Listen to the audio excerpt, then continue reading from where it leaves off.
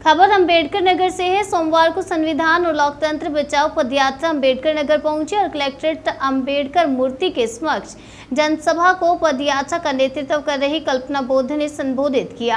कहा कि मनुवादी भावना के लोग देश में राज कर रहे हैं, इनसे सावधान रहने की जरूरत है। एक राष्ट्र एक चुनाव करने के पीछे मोदी सरकार करने पर मोदी सरकार पर कई सवाल इंसान खड़े कर रहे हैं, क्योंकि नीचे के चुनाव खत्म हो जाएंगे तो पंचायती चुनाव में दलित शोषितों की भागीदारी खत्म हो जाएगी।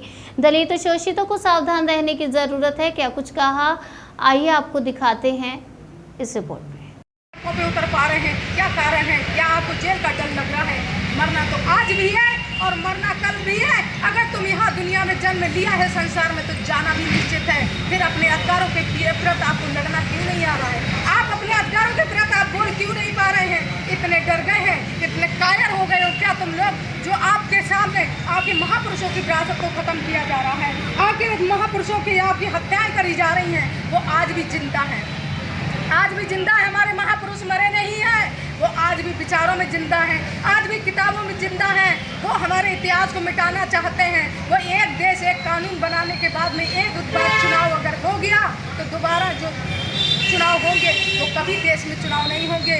वो जो आज प्रधानमंत्री नरेंद्र मोदी है वो हमेशा हमेशा के लिए स्थापित हो जाएंगे और राजतंत्र लागू कर देंगे। जितने भी हमारी बौद्ध विरासत है, जितनी हमारी संस्कृति है, वो सारी की सारी खत्म कर देंगे। संसद भवन के अंदर क्यों नहीं उन्होंने प्रतिमा लगाई बाबा साहब ने? इसका कारण जानते हैं आप?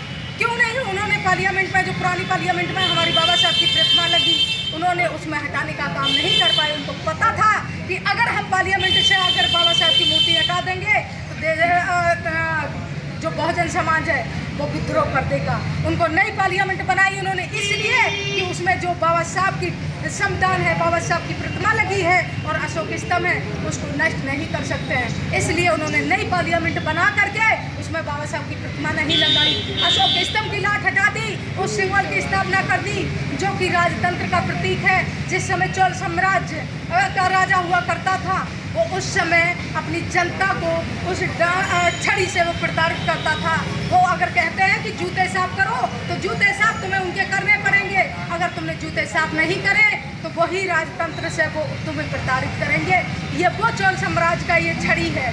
जब 5000 साल से केरल के संग्रहालय में रखा गया, जब हमारे भारतीय संविधान लिखा गया, उस समय जब हमारे देश को हमारे राष्ट्रीय चिन्ह की जरूरत पड़ी, अगर उनका ये चिन्ह था, इनका राष्ट्रीय प्रतीक था, तो उस टाइम इन्होंने क्यों नहीं उसकी स्थापना कराई, क्यों नहीं इसको राष्ट्रीय चिन्ह में लाए? लेकिन इनको पता था, उस टाइम हमारे बाबा साहेब थे जो पढ़े लिखे थे, 32 डिग्रियों के वो विजेता थे, उनको पता था। और ये बात गांधी को पता थी, अगर ये लागू करेंगे और ये राजतंत्र का प्रतीक है, अम्बेडकर कभी लागू नहीं होने देगा, कभी इसको मान नहीं देगा। इस टाइम वो लोग उस टाइम चुपचाप रहे।